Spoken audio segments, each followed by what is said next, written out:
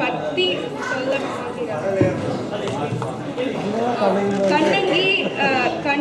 கண்ணகிக்கு கோயில் இருக்கு. அந்த கோயில் எங்க இருக்குன்னு தெரியுமா? அது கேரளாவில் இருக்கு.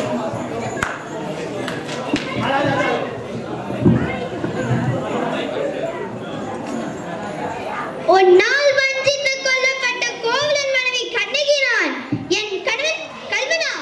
ஆஹா, என்ன நீதி, என்ன தர்மம், அநீதியில் விட்டாய். இதோ என் கணவன் கொண்டு வந்த கால் சிலம்பல் இன்னொன்று.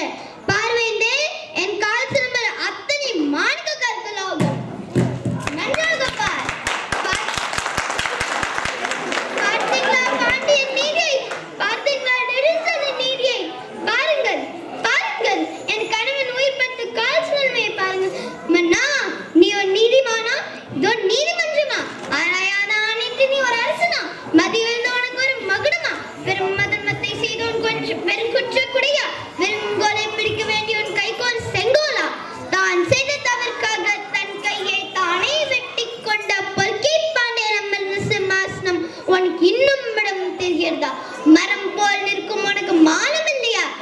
இன்று ஒரு நெடுஞ்செழியன் பேர் மறைந்து உலகம் முடியும் மட்டும் கொடுங்கோல் பாண்டியன் என்று பெயர் வழங்கட்டும். கொடுங்கோல் பாண்டியன் என்று பெயர் வழங்கட்டும். கொடுங்கோல் பாண்டியன் என்று பெயர் வழங்கட்டும். ஆம், அது மட்டும் போராது. பரவட்டும், பரவட்டும், தீ திக்கட்டும், பரவட்டும். தீயவர்கள் தீக்கிரையாகட்டும். இந்த அரண்மனை அழியட்டும். வஞ்சனையாளர்கள் வெந்து மாறட்டும். என இந்த கதிகாலாக்கின இருப்பின் வம்சத்தினர் என்றுமே இல்லாம போகட்டும். என்றுமே இல்லாம போகட்டும்.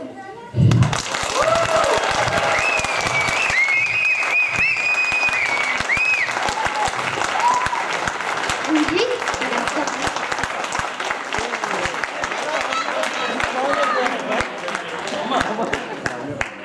బాగుంది